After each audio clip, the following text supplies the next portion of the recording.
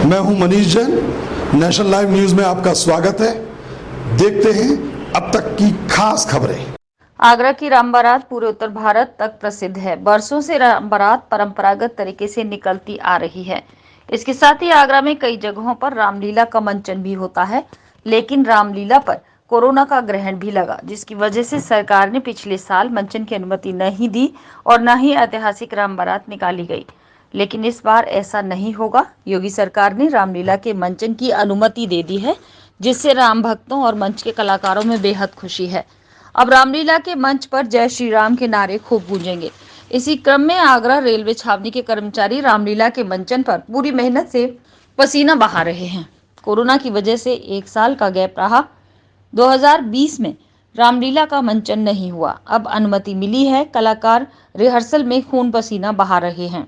आगरा छावनी की रामलीला मंच के निर्देशक व पत्रकार राकेश कन्नौजिया ने बताया कि कैंट की रामलीला आपसी सौहार्द का भी प्रतीक है। कई ऐसे मुस्लिम कलाकार हैं जो इस रामलीला में मंचन करते हैं और अपने किरदारों में पूरी शिद्दत के साथ लोगों के सामने प्रस्तुत करते हैं।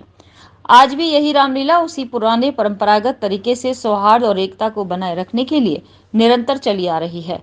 इसके साथ ही समय समय पर समाज सुधार जैसे विषयों पर भी हम लोगों को जागरूक करते हैं। हम पिछले कई सालों से दहेज प्रथा, बेटी बचाओ बेटी पढ़ाओ, स्वच्छता अभियान को लेकर भी इस मंच के माध्यम से लोगों में जागरूकता पैदा करते हैं। राम हमारे आदर्श हैं और उनके जीवन से प्रेरणा लेकर हम समाज में भी काम करते हैं।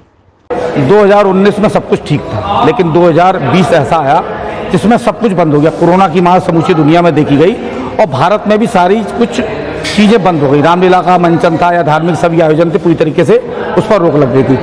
2020 में हम लोग रामलीला नहीं कर पाए थे, बेहद मायूस थे और उम्मीद थी कि 2021 में सब कुछ ठीक हो जाएगा। लेकिन दूसरी लहर आई और दूसरी लहर के बाद तीसरी लहर की आशंका जताई गई और उसके बाद हम लोग फिर से मायूस हुए। लेकिन जिस तरीके से उत्तर प्रदेश की योगी सरकार ने लगातार दिशा निर्देश दिए गए, धार्मिक आयोजनों में छूट देना शुरू की और हमें कहीं ना कहीं एक आशा की किरण दिखाई दे रही थी। इसीलिए हम आवेदन लेकर जिलाधिकारी कार्यालय के पहुंचे, जो केंद्रीय मंत्री आगरा के हैं प्रोफेसर SP सिंह बघेल जी, उनके माध्यम से पहुंचे और हमारा राह आसान होती चली गई और हमें जिला प्रशासन की तरफ से अनुमति मिल गई।